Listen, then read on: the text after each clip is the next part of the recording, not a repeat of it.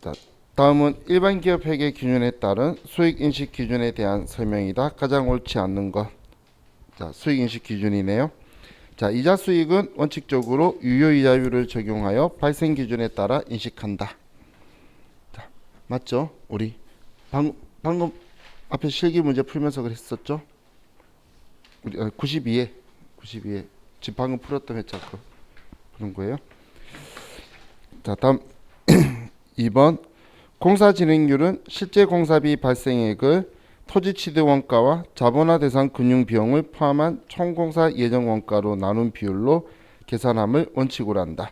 자, 우리 공사 진행률 할 때는 토지 취득 가격이나 이런 게 공사 원가에 들어가면 안 되죠. 그렇기 때문에 일단 2번이 틀렸네요.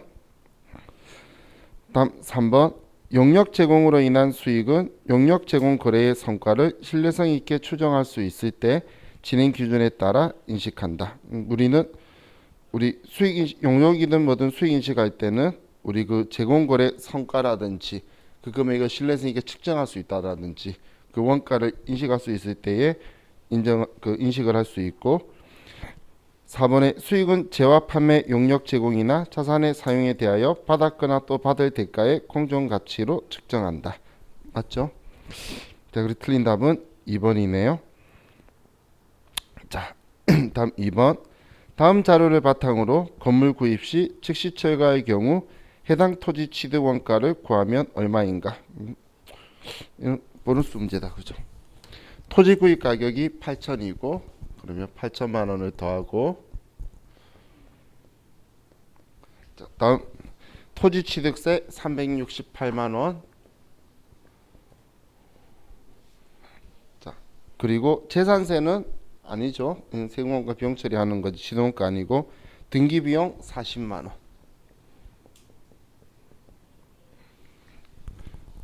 그리고 건물 철거 비용이 700만 원.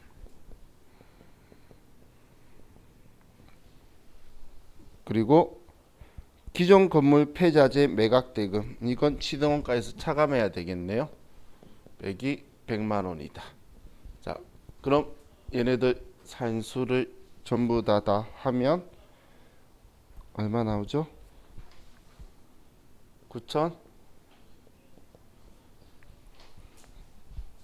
9,008만 원이 나오죠. 맞나요? 그래서 답은 얘도 2번이네요. 자, 다음 3번. 다음 중 2020년 매도 가능 증권 처분 손익은 얼마인가? 자, 우리 매도 가능 증권은 어떤 상황이 생기든 간에 일이 있었던 간에 취득 원가하고 처분했을 때하고 차이가 처분 손익으로 나오는 거죠. 매도 가능 증권은. 자, 2019년 3월 1일에 매도 가능 증권을 180만 원에 취득하였다. 19년 12월 31일 매도 가능 증권 관련 계정 잔액은 다음과 같다. 210만 원이고 평가이익 30만 원. 30만 원 올랐었나 보네요. 자, 9월 30일 매도 가능 증권 중 일부를 60%를 120만 원에 처분하였다. 그럼 우리 취득 가격하고 차이니까, 자, 취득이 180만 원이고 이거에 60%를 하면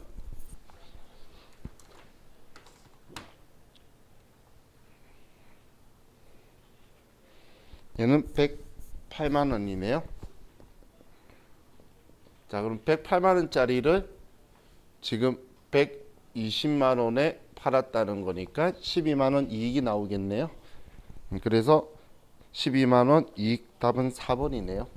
분개해 볼 필요 없죠. 자, 만약에 그럼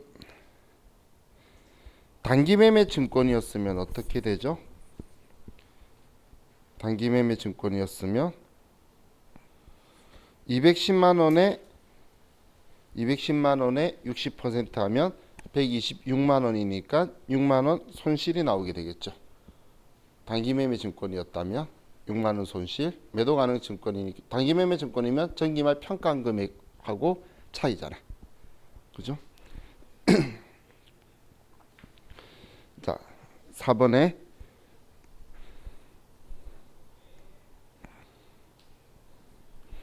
다음은 법인세 회계 측정에 대한 설명이다. 틀린 것은, 자, 1번 이혼법인세 자산은 보고기간 말 현재까지 확정된 세율에 기초하여 당해 자산이 회수될 기간에 적용될 것으로 예상되는 세율을 적용하여 측정한다. 이혼법인세 자산이라는 것, 우리가 법인세를 늦게 내므로 해서 우리한테 득이 되는 걸 이혼법인세 자산이라고 하는 거고, 이혼법인세 부채는 나중에 우리가 그 과세이혼이 되면서 우리가 안 좋아지는 것들 있죠. 그걸 부채라고 생각하시면 돼요.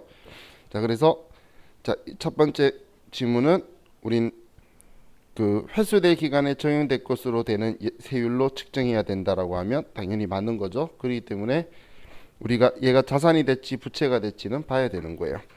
다음 2번에 이혼법인세 자산과 부채는 현재 가치로 할인해서 측정한다. 아니, 우린 이혼법인세 자산이라 이런 걸 현재 가치로 측정하진 않아요.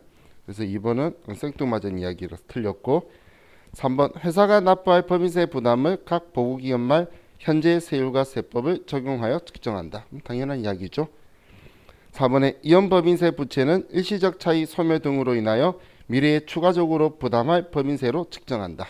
이게 나중에 미래에 되면서 나한테 뭔가 더 발생했을 때 이혼법인세 부채라고 할 거라 그랬죠. 그래서 답은 2번이 되네요. 자, 5번. 다음은 공장건설과 관련한 내역이다. 당사의 결산일은 12월 31일이다. 2020년 4월 1일 공사를 시작하여 2022년 5월 31일 준공 예정으로 특정 차입금은 54만 원이고 연 이자율은 10%이다. 특정 차입금 중 12만 원은 2020년에 6개월간 연 8%의 투자 수익률로 일시 투자하였다. 특정 차입금과 관련하여 2020년도 자본화 대상 차입 원가는 얼마인가? 이자 비용은 뭐라 생각한다. 자, 무슨 내용인지 이해가시나요? 우리 건설자금 이자 명세에서 했던 그 이야기예요. 지금 54만 원에 10% 이야기하고 있는 것 있죠? 이게 건설자금 이자 이야기하는 거고, 지금 그 12만 원을 6개월간 8% 한 거 있죠? 이게 일시예금 이자 수익이에요. 그럼 우리는 지금 먼저 건설자금 이자를 보면 이 54만 원 가지고 곱하기 이자율이 10%죠. 그러면 10%면 5만 4천 원이 되고, 자, 이걸 월할 생각한다라고 했는데 4월 달이니까 그러면 4월 1일부터 연말까지 하면 9달. 그러면 12분의 9. 그러면 5만 4천 원을 곱하기 9 나누기 12를 하면 얘는 4만 500원이 건설자금 이자의 이자 비용이 되는데, 자, 우리가 수익을 가진 게 있죠. 12만 원에 8%. 자, 12만 원에 8%를 하면 얘는 9,600원이 되는데, 얘는 지금 6개월짜리죠. 그러면 12분의 6 하게 되면 얘는 4,800원. 그럼 얘가 이자 비용인데 수익이 났으니까 이 금액을 빼주게 되면 얘는 35,700원이 되네요. 그러면 이 35,700원이 자본화 대상 비용이 되죠. 우리 이거예요. 예, 송금불산이 건설자금 이자 유보, 일시예치에는 입금불산이 우리 일시예금 이자 유보 발생 처리해둔 거 있죠. 이 두 개 순액을 이야기하는 거예요. 우리 거기 쓰는 거 지급이자에 일시예치 이자 수익 제외해서 쓰는 칼 있죠. 우리 건설자금 이자 조정명세 썼을 때 지금 그거 이야기하는 거예요. 자, 다음 6번. 자금량 1000개가 제시된 작업지시서 샵 108번의 생산과 관련하여 다음과 같이 원가가 발생하였으며 기초재고 및 기말재고는 없다. 작업지시서 샵 108번과 관련하여 발생한 정상 제품의 단위당 원가는 얼마인가 라고 적혀 있네요. 자, 그럼 자, 먼저 예정 배부율이 적혀 있죠. 배부율이 3원이고 우리 직접 재료 원가, 직접 노무 원가, 그리고 간접 원가가 있어야 되는데 간접 원가를 계산하기 위해서 자료가 있네요. 자, 그럼 우리 어차피 지금 얘는 예정으로 가야 되는데 그럼 예정 배부액 제조 간접 원가는 얼마가 되죠?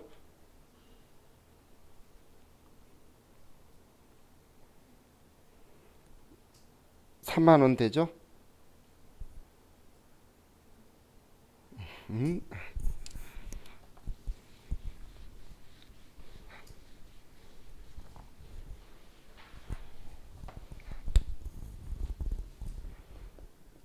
제조 간접비 예정 배부액은 예정 배부율 곱하기 실제 조업도, 실제 배부액은 실제 배부율 곱하기 실제 조업도. 어떻게든 다 실제 조업도 곱하는 걸 알고 있냐 그 이야기죠. 그러면 예정 배부율이 3, 실제 조업도가 만.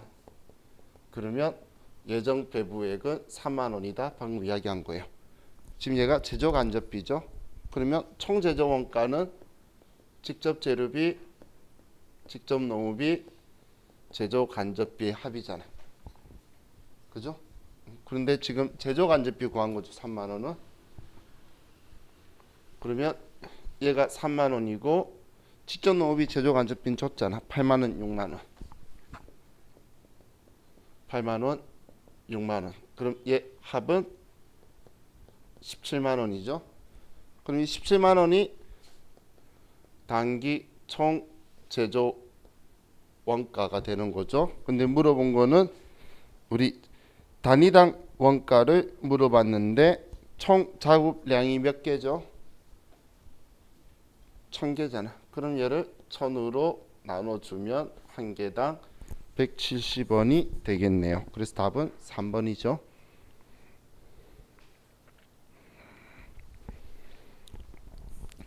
자, 다음 7번. 다음은 표준 원가 계산 제도를 사용하고 있는 당사의 10월 중 생산 활동과 관련된 직접 노무비에 대한 자료이다. 직접 노무비 임률 차이는 얼마인가? 자, 그럼 이 표준 원가 계산을 할 때는 자, 여러분들이 먼저 생각할 게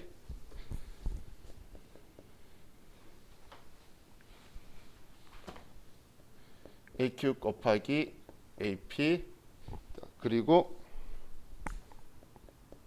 AQ 곱하기 SP SQ 곱하기 SP. 자, A는 액추얼 실제값, S는 스탠다드 표준값.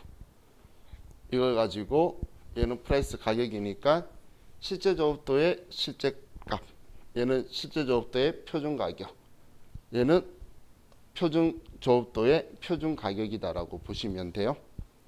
자, 이게 기본 틀이에요. 고정 제조 간접비 계산하는 거 말고는 직접 재료비든 우리 노무비든. 그럼 얘가 틀인데, 자, 그럼 여기에서 얘 둘이의 차이가 임률의 차이가 될 거예요. 얘 둘이의 차이가 임률의 차이가 되고 얘를 능률 차이가 돼요. 그럼 얘가 지금 실제 값이죠, 완전. 그러면 표준 원가로 표준 계산한 것보다 얘가 작게 나올수록 유리한 차이고 얘보다 많이 나오면 불리한 차이로 가는 거예요. 왜냐면 표준 계산된 것보다 작게 나와야 우리가 잘한 거잖아요. 그죠? 그럼 유리한 차이고 많이 나오면 얘보다 많이 나오면 불리한 차이로 가는 거예요. 자, 그럼 실제 직접 노동 시간이 2,700시간이다라고 적혀 있죠. 그러면 실제 직접 노동 시간이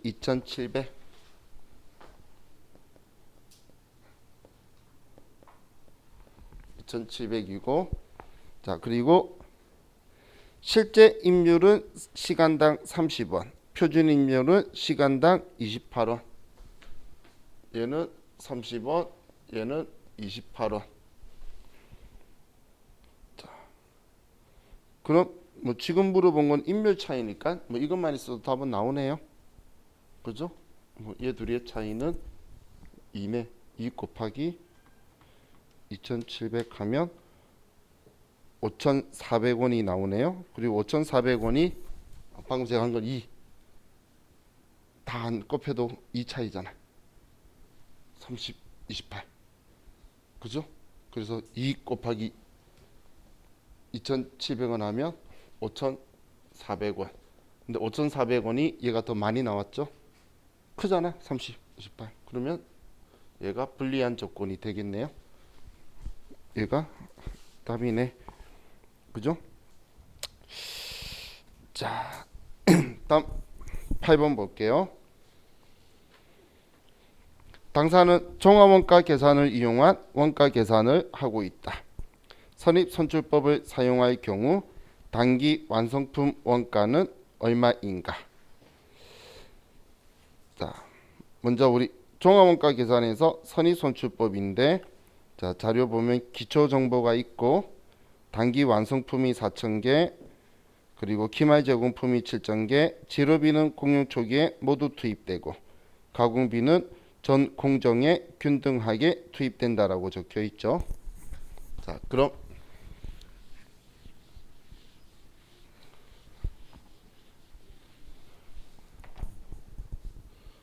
먼저 자, 공식은 선입선출법 공식은 완성품 환산량 공식은 완성량 더하기 기말량 빼기 기초량이고, 전량 투입되면 100%, 초기에 되면 만약에 균등하게 들어가는 것들은 완성량, 기말량이나 기초량은 완성도를 따지게 되겠죠. 그죠? 근데 지금 재료비는 공용 초기에 모두 투입되니까 재료비의 완성품 환산량은 지금 완성품이 4,000개, 그리고 기말 제공품이 700개, 그리고 그리고 기초가 500개. 그러면 4,200개가 되는 거고, 가공비는 4,000개는 똑같은데 완성도가 700개의 50%면 350개 빼기 500개의 60%면 300개. 그럼 4,050개가 되겠죠. 자, 하셨죠? 자, 그럼 이제 우리 재료비를 가지고 보면, 자, 지금은 선입선출법은 단기 발생량만 가지고 구하는 거죠. 그러면 지금 얘가 완성품 환산량이잖아. 그럼 완성품 환산량 단위당 원가를 구하려면 여기에 발생 금액을 환산량으로 나눠주면 한 개당 단위당 원가가 나오게 되겠죠. 그럼 평균법이었으면 기초하고 투입 원가를 합쳤을 거예요. 그런데 선입선출법이기 때문에 단기 투입한 420만 원만, 얘는, 그리고 가공비도 단기 투입한 324만 원만. 그러면 단위당 원가가 나오겠죠. 완성품 환산량 단위당 원가가 나오게 되겠죠. 그러면 자, 얘 400, 얘는 뭐 안 봐도 공 되면 한 개당 1,000원이고, 얘는 324만 원 나누기 4,050원 하면 한 개당 800원이네요. 그죠? 지금 구한 것, 자, 순서, 자, 너무 그냥 달렸나요? 자, 우리 구하는 순서가 첫 번째가 완성품 환산량 구하는 거고, 두 번째 완성품 환산량 단위당 원가를 구하는 거고, 그리고 나서 이 완성품 환산량 단위당 원가로 기말 제공품을 구하는 거예요. 그러면 이 기말 제공품을 구하면 나머지는 완성품 원가가 되겠죠. 이거 자 여러분들이 항상 생각하실 게 수량으로 하면 기초, 착수, 기말, 완성이 되는 거고, 이걸 금액으로 하면 기초 제공품 재고의 단기 총 제조 원가, 그리고 기말 제공품 재고의 단기 제품 제조 원가가 되는 거죠. 얘는 수량, 얘는 금액. 그래서 단기 총 제조 원가가 올해 물건 만드는데 총 투입한 금액이라는 이야기죠. 그죠? 그러면 지금 우리가 알 수 있는 게 얘를 알 수 있다는 거예요. 근데 원하는 가격은 이 가격인 거죠. 그러면 이 가격을 알기 위해서 단위당 원가를 계산해서 얘를 산출하는 거예요. 얘를 구하면 얘 둘이 합에 얘 빼면 얘가 나올 거잖아. 그죠? 우리는 그 방식 하기 위해서 지금 얘 구하려고 완성품 환산량 단위당 원가에 기말 제공품 완성도를 곱해주면 될 거잖아. 그죠? 그죠? 그래서 우리 그 글로 나오는 문제에서 종합원가 계산하는 방식이 첫 번째가 물량 흐름을 파악한다. 선의선출법이냐 아니면 총평균법이냐. 그 다음에 완성품 환산량을 구하고, 그리고 이 금액을 산출하고, 이 금액, 그리고 단위당 원가 구하고, 그리고 이제 완성품 하고 기말하고 같이 구한다고 적혀 있는데 얘를 구하면 얘가 나오는 거예요. 그게 글로 나오는 순서예요. 그럼 지금 이제 여기에다가 자 우리가 더해 줄 건데, 곱해 줄 건데, 그럼 한 개당 금액이 얘는 지금 1,000원이고 기말이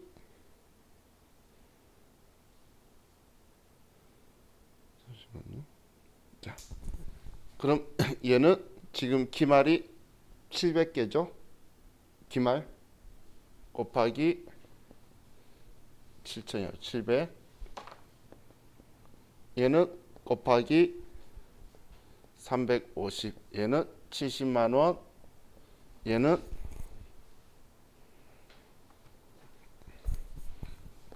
28만 원.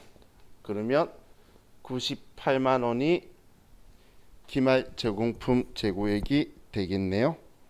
그죠?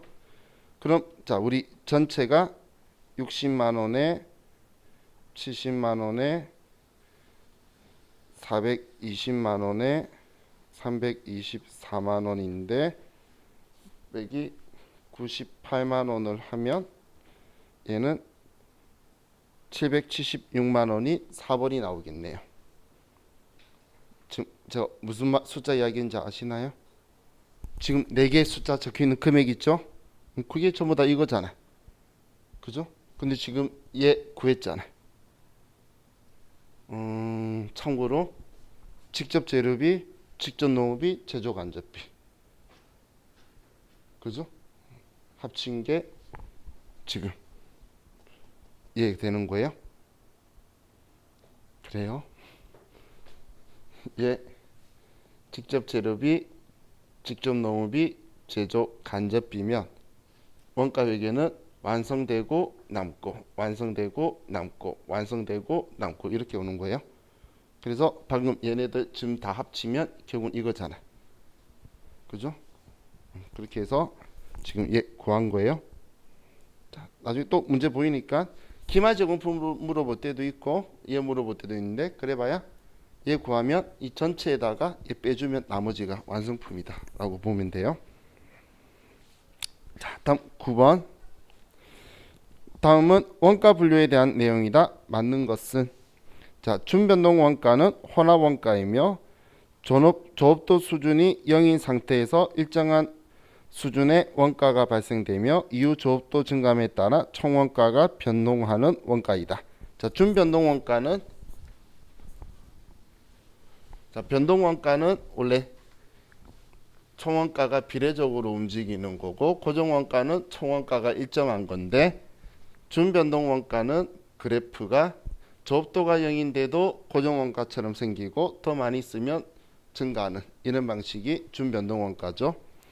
그러면 지금 여기 조업도 수준형인 상태에서도 일정 수준의 원가 발생, 기본 요금 같은 거 이야기하는 거죠. 그리고 더 쓰면 증가한다. 그러면 1번은 맞네요. 2번 중고동 원가는 계량식 원가이며 총원가가 저업도와 관계없이 고정적인 원가를 말한다. 계량식 원가까지 맞는데 중고정 원가는 이거죠. 이렇게 가는 거. 그죠? 그럼 증가하는데 쭉 일정한 거는 그냥 고정 원가죠. 자, 관련 원가는 특정 의사결정 관련하여 의사결정 간의 대안의 차이가 있는 과거 원가를 말한다. 자, 과거에 일어난 거는 역사적 원가로 비관련 원가죠. 그죠? 우리 매몰 원가들은 비관련 원가고 기획 원가라든지 회피 가능 원가라든지 이런 것들이 관련 원가죠. 그래서 3번 틀렸고 4번 직접 원가는 특정 제품 등 추적이 불가능한 공통 원가로서 직접 재료 원가, 노무 원가 등을 말한다라고 적혀 있는데 무슨 말도 안 되는 이야기죠. 직접 원가는 추적이 가능한 걸로 직접 재료비, 직접 노무비를 이야기하는 거죠. 그죠? 그래서 답은 1번이네요. 자, 10번 보조 부문의 제조 간접비 등이 존재할 때 제조 간접비 배부 등에 대한 설명으로 옳지 않는 것은 1번 직접 배부법은 보조 부분 간 용역 수수에 대한 관련성이 중요한 경우 완전하게 파악하여 배분하는 것을 말한다. 보조 부분 원가를 완전히 고려하는 것 상호 배분법이죠. 직접 배부법은 중요하지 않은 곳에서 전혀 고려하지 않는 것. 그래서 1번은 틀렸고 2번 보조 부분 원가를 배부할 때 변동 원가와 고정 원가로 구분하는 여부에 따라서 단일 배부율법과 이중 배부율법으로 나눌 수 있다. 맞죠? 지금 부분별 원가 계산이 제조 간접비인데 제조 간접비를 고정 제조 간접비는 최대값으로 우리는 이 부분별 원가 계산을 하고 변동 제조 간접비는 실제 발생액으로 해서 실제값으로 이 계산을 해서 둘이를 합쳐주는 방식이 이중 배부율법이죠. 자, 다음 3번 제조 부분에서 제품에 배분할 원가는 해당 부분에서 발생한 원가뿐만 아니라 보조 부분에서 배분받은 제조 간접비도 포함한다. 그거 지금 부분별 원가 계산하는 게 제조 부분 자기 거에다가 보조 부분이 쓴 거를 배부받는 작업을 하고 있는 거죠. 그래서 보조 부분 거를 없애버리는 게 이 원가 회계의 우리 부분별 원가 계산의 우리 목적이죠. 다음 4번에 어떤 원가 동인을 원가 배분 기준으로 선택할 때 원가 동인이 발생 원가와 인과관계를 잘 반영하지 못하는 경우 제품 원가 계산이 왜곡될 수 있다. 당연한 이야기죠. 원가 배부의 기준은 원칙이 인과관계 기준이에요. 그죠? 인과관계가 적절하지 않을 때 그 선택하는 게 맞지 않을 때의 수혜 기준, 그게 안 맞을 때의 부담 능력 기준, 그게 안 맞을 때의 공정성과 공평성 기준으로 가는 거죠. 자, 그래서 답은 틀린 것은 1번만 틀렸네요. 자, 다음 1번, 11번 중소기업 갑이 1기 사업연도 2020년 7월 1일부터 12월 31일 접대비 한도 계산 시 수익 금액이 없더라도 법인세법상 최소한 인정받을 수 있는 접대비 한도 금액은 자, 우리 중소기업 접대비 한도 1년치가 얼마였죠? 그래서 3,600이었죠? 그런데 지금 얘 언제 시작했어, 사업을? 월할 계산이거든. 그럼 반 나누면 1,800이겠죠? 그래서 올해 한도는 기본 한도가 1,800. 수익 금액은 플러스 알파잖아요. 그죠? 자, 다음 12번. 소득세법상 주택 임대소득에 대한 설명이다. 가장 옳지 않는 것은 다가구 주택을 소유한 경우에는 구분 등기 여부와 상관없이 한 개의 주택으로 본다. 이게 무슨 생뚱맞은 소리야. 구분 등기돼 있으면 각각 하나씩 다 보는 거예요. 다주택 다가구라 하더라도 여러분들 다세대 다가구 개념 아시죠? 빌라가 집이 여러 개 있죠. 그러면 각각의 세대 해가지고 그 주소지를 세대주로 다 만들 수 있는 게 다세대고 다가구는 그냥 그 건물 한 채가 그거고 동고로 다 잡혀 있는 거예요. 근데 이걸 지금 구분 등기를 했다는 거예요. 구분 등기하면 각각으로 보는 거예요. 그래서 1번은 틀린 거고, 2번 국내에 한 개 주택을 소유하는 자는 주택 임대 소득은 비과세다. 당연히 고가 주택은 제외. 맞죠? 우리 1주택자가 그 주택 임대해 가지고 받는 소득은 우리 비과세죠. 다음 3번 해당 과세기간 주택 임대 소득 수익 금액이 2천만 원 이하인 분리과세 주택 임대 소득의 경우 세무서와 시군 구청의 주택 임대업을 모두 등록하면 필요경비와 기본공제를 적용함에 있어 혜택이 있다. 이런 참 싸구려 같은 지문이 당연히 혜택이 있지. 지금 유대해가지고 지금 올해 정권 때문에 그게 오히려 더 문제가 생겼죠. 지금 그 뭐냐 주택 임대 사업하는 사람들 혜택 준다고 해가지고 집 오픈하고 냈더니 그 사람들한테 재산세 부과시키고 지금 난리죠. 자, 4번에 2주택자로서 월세 수입이 2천만 원 초과하는 경우에는 종합과세에 해당한다. 당연히 뭐 2주택자면 종합과세에 들어올 거예요. 자, 다음 13번. 지금 방금 답은 1번이 우리 틀린 거였었어요. 자, 13번에 주식회사 3개는 제조업을 영위하고 있는 일반 과세자이다. 아래 매입 내역을 바탕으로 2020년 1기 확정 부가가치세 신고를 하면서 공제받을 수 있는 매입세액은 얼마인가? 단 간이과세자와의 거래를 제외한 거래는 모두 매입 일자에 적법하게 세금계산서 수취하였고 이후의 매입은 없다고 가정한다. 자, 첫 번째 4월 6일은 우리 거래처 선물용이니까 접대니까 매입세액 공제가 안 될 거고, 자, 물어본 거는 공제받을 수 있는 매입세액이에요. 자, 음식점에 5월 10일 날 직원 회식 때는 8만 원 되겠죠. 그럼 세액 8만 원 하고, 다음 서비스업이고 대표이사 주택 등기 비용 사고와 관련 없는 지출이죠. 그래서 얘는 안 될 거고, 다음 소매업 간이과세자 건은 우리 매입세액 공제 받는 게 없죠. 안 될 거고, 서비스업 일반과세자 업무용 소형 승용차 900cc 엔진 오일 교환, 그럼 얘는 되겠네요. 11,000원. 그러면 공제되는 매입세액은 91,000원이 되네요. 그래서 답은 2번. 자,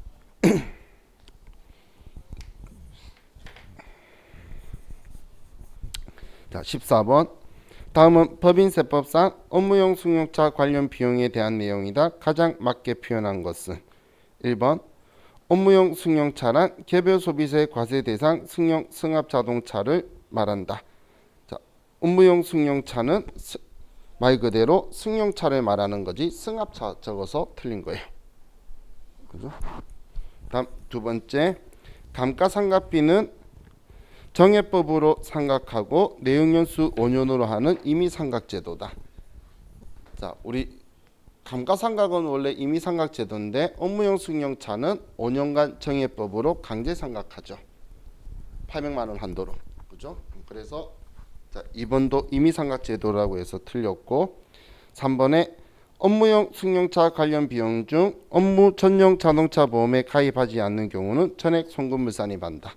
업무용 전용 자동차 보험에 가입하는 게 기본 전제 조건이죠. 그래서 3번은 맞고, 4번에 업무용 승용차 관련 비용을 송금 산입 시 과세표준 신고와 함께 업무용 승용차 관련 비용 명세서를 관할 세무서장에게 제출할 수 있다. 자, 얘는 무슨 생뚱맞은 표현이지?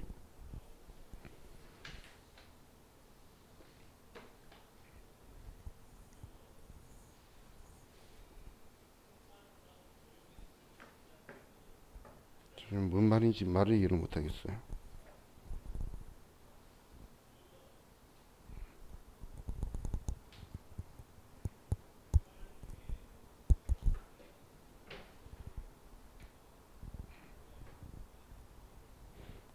왜냐하면 제출해야 되는데 제출할 수 있다라고 적혀 있으니까 제출해야 돼요. 근데 할 수 있다라고 하니까 표현이 이상하죠. 그죠? 그래서 그것 때문에 가장 맞게라고 말하면 3번이긴 한데 할 수 있다라고 해서 이상한 표현인가 봐. 그죠? 해야 돼, 그때. 좀 나보다 국어 못하는 사람인가? 명확하게 표현 좀 하지. 그죠? 자, 15번에 다음 중 부가가치세법상 공통매입세액 안분계산 내용으로 맞지 않는 표현은? 자, 1번 공통매입세액 계산 시 과세사업과 면세사업의 공급가액이 없는 경우에는 원칙적으로 총매입가액, 예정공급가액, 예정사업면적수는 적용한다. 다만 예정사업면적을 우선 적용하는 예외가 있다. 건물 경우. 그죠? 우리 안분할 때 순서 1, 2, 3, 4죠? 그래서 맞고. 2번 공통매입세액이 5만원 미만인 경우에는 안분계산을 생략한다. 5만원 미만일 때. 자, 다음 3번 공통매입세액 정산은 공급가액 또는 사용면적이 확정되는 과세기간에 대한 확정신고 시에 정산한다. 정산은 확정 때 하는 거고 과세기간꼴로. 4번에 공급가액 중 면세공급가액이 10% 이하인 경우에는 안분계산 없이 전액 매입세액으로 공제한다. 단 공통매입세액이 500만원 이상인 경우에는 안분계산을 적용한다. 뒤에는 맞는데 앞에 10%가 아니고 5%죠. 그래서 이 안분 관련된 거는 오라임이잖아요. 그래서 얘는 틀렸네요. 4번이. 자, 우리 시간 애매하게 남았지만 그래도 볼 수 있는 거 봅시다. 우리 전반 92 했으니까 91에 90회 1 91에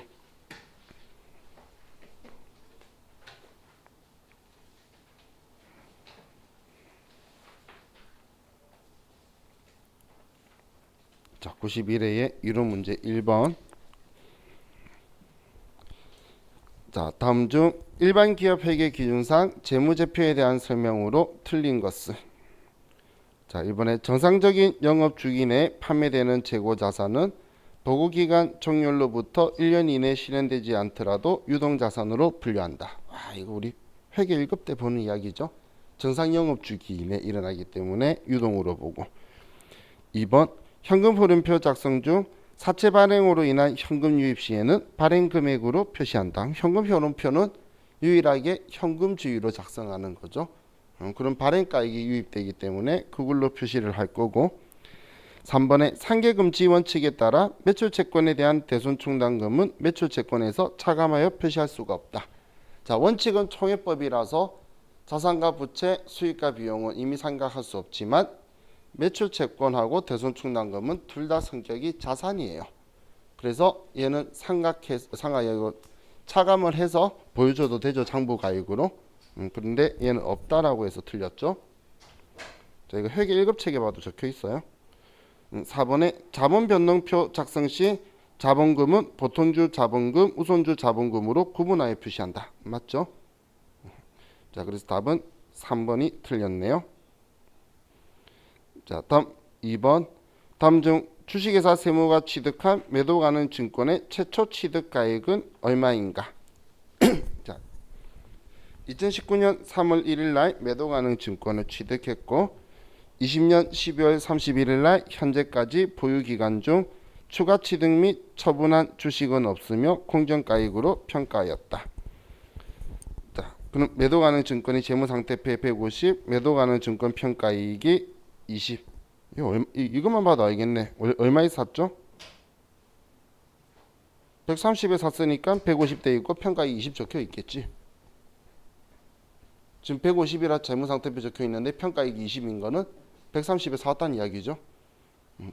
이런 유치한 문제를 괜히 2020년까지 갈 필요 없죠.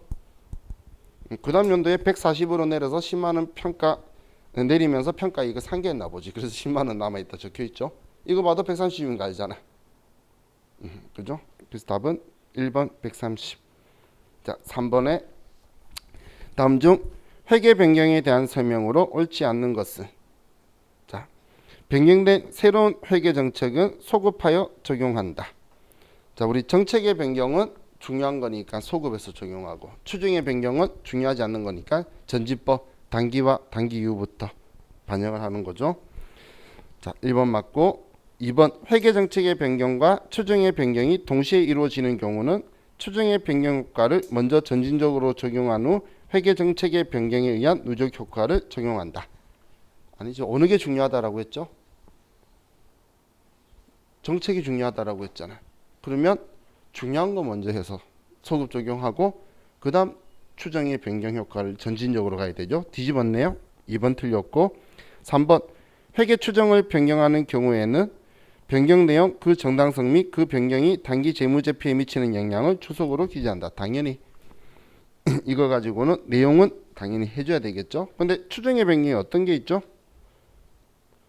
대손충당금 추정률 바꾸는 거, 뭐 유형자산의 감가상각 방법이라든지 잔존가치라든지 내용 연습 바꾸는 거 이런 거예요. 결국은 그 금액들이 다 소진되는 거고 큰 의미가 없는 거죠. 자, 다음 4번에 회계 변경 소송상 그 효과를 회계 정책의 변경과 추정의 변경 효과로 구분하기 불가능한 경우 이를 추정의 변경으로 본다. 추정의 변경과 정책의 변경을 구분을 못한다는 것은 아직 덜 중요하다는 거예요. 그렇기 때문에 덜 중요한 추정의 변경으로 보는 거예요. 자, 다음 4번에 주식회사 세무는 사용하던 기계장치를 주식회사 대안의 차량 운반구와 교환하였다. 해당 기계장치의 장부가액은 500만 원이고 추가로 20만 원을 주식회사 대안으로부터 현금 수령하였다. 기계장치 공정가액이 450만 원인 경우 차량 운반구 취득가액은 얼마인가? 자, 지금 얘는 문제 포인트가 뭐죠? 그렇죠. 이정자산 교환이죠. 그럼 이정자산 교환은 우리는 취득한 자산, 이 차량 운반구의 취득가액을 공정가액인가요? 장부가액인가요? 공정가액이죠. 그럼 공정가액에서 금전의 대가가 오갔어요. 그러면 내가 취득한 자산의 가격이 그만큼 차이가 있다는 거죠. 그럼 받았대. 그러면 내 거가 공정가액이 450인데 20만 원 받았다는 건 430만 원짜리니까 받았겠지. 내 거 450짜리 줬는데 걔가 나한테 돈 줬다는 건 걔가 나한테 준 자동차는 20만 원 싸다는 거잖아. 그래서 430만 원이 답이 1번이 되죠. 자, 다음 5번. 다음 중 재고자산에 대한 설명으로 옳지 않는 것은? 자, 1번. 정상적인 영업 과정에서 판매를 위하여 보유하거나 생산 과정에서 있는 자산 또는 서비스 제공 과정에 투입될 원재료나 소모품의 형태로 존재하는 자산을 말한다. 지금 재고자산 이야기하는 거죠. 자, 다음 2번. 재고자산은 취득원가를 장부금액으로 한다. 다만 시가가 취득원가보다 낮은 경우에는 시가를 장부금액으로 한다. 적합 없으니까. 자, 다음 3번. 보험료는 재고자산 취득 과정에서 정상적으로 발생하였다 하더라도 매입 원가에 가산하지 않는다. 우리 취득할 때 뭐 운송보험이라든지 우리 취득 시점 이전까지는 재고자산 관련된 보험료든 뭐든 전부 다 취득원가에 포함하죠. 근데 얘는 가산하지 않는다라고 해서 틀렸고, 4번. 성격이 상이한 재고자산을 일괄하여 구입하는 경우 총매입 원가를 각 재고자산 공정가치 비율에 따라 배분하여 개별 재고자산의 매입 원가를 결정한다. 맞죠? 전부 다 한 방에 얼마라고 하면 각각의 공정가치로 안분해서 그 매입 가격을 책정할 거예요. 그래서 틀린 답은 3번. 자, 다음 6번. 다음 중 보조부문 원가를 제조부문에 배부하는 방법에 대한 설명으로 틀린 것은? 자, 직접배우법은 보조부문 간 상호 간의 용역 수수 관계를 전혀 인식하지 않는다. 맞죠? 직접배우법이니까. 2번. 보조부문 간 변동원가와 고정원가로 구분 없이 배분하는 방법을 이중배부율법이라 한다. 이렇게 나눈 걸 이중배부율법이고 안 나누는 게 단일배부율법이죠. 제조간접비를 고정비, 변동비로 나눠서 하는 게 두 번 해서 이중배부율법. 우리는 계산하는 걸로 했을 때는 그렇게 안 나누고 계산했잖아요. 그게 단일배부율법이었던 거예요. 자, 그래서 2번은 틀렸고 3번. 단계배부법을 사용하는 경우 가장 먼저 배부되는 보조부문 원가는 다른 보조부문에도 배부할 수 있다. 단계배부법 할 때 처음에 전부 다 배부하고 그 다음에 걔 빼고 그 다음 애가 받아서 걔 먼저 배부한 애를 빼고 가고 이렇게 도미노처럼 계단 타기로 내려가는 거죠. 자, 다음 4번에 상호배우법은 보조부문 상호 간의 원가 배분하는 방법으로서 보조부문 간 상호 간의 용역수수 관계가 중요한 경우에 적용한다. 중요도가 높을 때 완전히 고려하려고 하는 거죠. 틀린 답은 2번. 자, 7번. 주식회사 세무는 제조간접비를 직접 노무시간으로 예정 배부하고 있다. 당초 제조간접비 예산 금액은 80만 원이고 예산 직접 노무시간은 1000시간이다. 단기말 현재 실제 제조간접비는 86만 원이고 실제 직접 노무시간이 1050시간인 경우 제조간접비 배부 차이는 얼마인가? 자, 그럼 지금 우리는 실제 발생액이 86만 원이죠. 그러면 예정 배부율은 얼마죠? 예정 배부율? 총 예산이 예정 제조 간접비니까 80만 원인데 총 예산 직접 시간이 1000시간이면 80만 원을 1000시간으로 나누면 우리는 800원이 나오게 되겠죠. 예정 배부율이 800원인데 실제 노무시간 조업도가 1050시간이 들어간 거예요. 그러면 84만 원이 예정 배부액이 되겠네요. 이해가시나요? 84만 원? 그럼 84만 원이 예정 배부액인데 실제 86만 원이 나온 거예요. 그럼 예상을 많이 했어요? 작게 했어요? 작게 했죠? 그래서 과소배부 2만 원 되는 거죠. 그죠? 과소배부, 과대배부는 실제값 나왔을 때 예상을 많이 하면 과대배부, 예상을 작게 하면 과소배부. 그럼 우리 예정을 84만 원 했으니까 2만 원 작게 했잖아요. 그래서 2만 원 과소배부가 되죠. 자, 다음 8번. 다음 중 의사결정과 관련하여 분류한 것으로 옳지 않는 것은 1번 관련 원가는 특정 의사결정과 관련 있는 원가를 말하며 비관련 원가는 특정 의사결정과 관련 없는 원가를 말한다. 와, 정말 단순한 지문인데 정확한 말이죠. 2번 매물 원가는 의사결정을 할 때 어떤 대안을 선택하든지 회복할 수 없으므로 미래 의사결정에 고려하지 말아야 한다. 그게 매물 원가죠. 이미 내가 선택해버린 거. 다음 3번 기회비용은 자원을 현재 용도 외에 다른 용도로 사용했을 경우 포기해야 하는 대안들 중에 효익이 가장 큰 것을 말한다. 맞죠? 효익이 가장 큰 거. 4번은 기회비용은 의사결정할 때 반드시 고려되어야 하며 재무제표의 그 추정액을 주석으로 기재한다. 왜? 고려는 해야 되는데 주석에 저거 했다면 얼마였을까요? 이런 거 왜 써? 거기다가. 그죠? 그래서 4번은 틀렸네요. 자, 9번 주식회사 세무는 종합원가 계산 제도를 채택하고 있다. 모든 원가는 공정 전체를 통해 균등하게 발생하고 있으며 단기 제조활동에 대한 자료가 다음과 같은 경우 기말 제공품 원가는 얼마인가? 단 기말 제공품의 평가는 평균법 이용하며 공손품은 발생하지 않았다. 자, 평균법은 완성량 더하기 기말량. 근데 모든 원가가 균등하게 들어간다라고 해서 재료비, 가공비가 안 나눠져 있는 거죠. 구분의 의미가 없죠. 그러면 자, 우리는 먼저 완성품 환산량은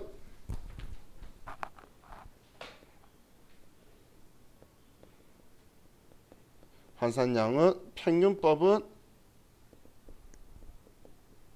완성량 더하기 기말량이에요. 간단하기 때문에 까먹었던 분들도 기억을 다시 돌리고, 선의선출법은 올해 것만 가지고 이번 단기 것 발생 것만 해서 기초 빼버리는 거고, 얘는 그런 거 안 따지고 전기분까지 다 섞어버리는 거라서 이것만 하는 거죠. 그러면 완성량은 700개, 그리고 기말량은 200개의 50%니까 100개, 7,000에 적혀 있어. 그러면 800개가 일단 완성품 환산량이 되죠. 자, 그럼 여기에서 자, 우리는 평균법이기 때문에 기초 투입원가 전부 다 더하면 65만 5천 원에 4만 5천 원 더하면 70만 원이죠. 그죠? 맞죠? 그죠? 그러면 산수 틀렸네. 자, 70만 원을 나누기 800개를 하면 한 개당 870 875원이 되네요. 875원. 그러면 여기에 기말 제공품의 완성량이 이건 단위당 원가인 거고 100개니까 얘는 87500 등 하면 87,500원이 되겠네요. 이 앞에 기말 제공품까지 올 때도 있고 완성품 원가를 물어보면 이 전체가 70만 원이었죠. 여기서 얘 빼면 완성품 원가가 될 거고 그렇게 계산이 가는 거예요. 자, 10번 주식회사 세무는 표준원가 계산 제도를 채택하고 있다. 고정 제조 간접 원가는 기계 시간을 기준으로 배부하고 있는데 제품 단위당 4시간의 기계 시간이 소요된다. 다음 자료에 의해 기준 정상 조업도를 구하면 얼마인가? 자, 고정 제조 간접비는 표준 원가 계산할 때 구하는 방법이 AP 곱하기 실제 조업도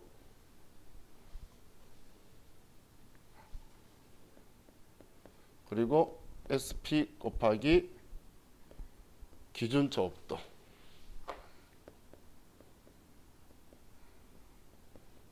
자, 먼저 이걸 가지고 예산 차이를 만들 거예요.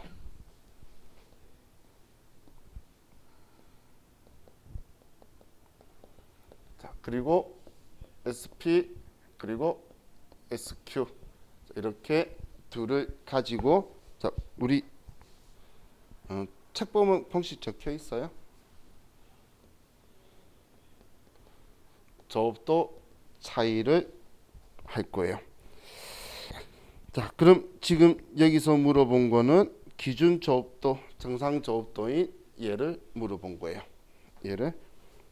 자, 그럼 먼저 우리 자료에서 문제에서 제품 단위당 시간은 4시간이고 예산액이 2만 원, 실제 발생량이 900단위, 실제 발생액이 2만 1,000원, 예산 차이 1,000원 분리, 조업도 차이 2,000원 분리. 일단 거의 다 적어줬죠. 얘가 2만 1,000원이란 이야기고 이것만 하고 끝낼게요. 옆방 가고 있네. 마음 안 좋게. 자, 그리고 예산 물어본 게 예산액이 2만 원. 얘가 예산액 2만 원이고 자, 그리고 이제 예산 차이가 1,000원 불리한 차이고 그리고 조업도 차이는 2,000원 불리한 차이란 이야기죠. 자, 제가 이렇게 표현했죠. 실제로 나온 건데 얘보다 많이 나오니까 불리한 거고 그럼 완전 표준한 것보다 지금 불리하다는 건 얘보다 표준은 더 작았다는 이야기죠. 얘는 18,000이라는 이야기죠. 이해가시죠? 불리한 조건이라는 차이. 자, 그럼 여기에서 자, 우리가 계산을 해보면 지금 실제 발생량이 900단위예요. 그러면 얘가 지금 구하는 게 4시간에 얘 곱하기 900을 하면 얘가 나오는 거예요. 자, 그럼 얘 계산을 하면 얼마가 되죠? 지금 문제에서 기계 시간이 있고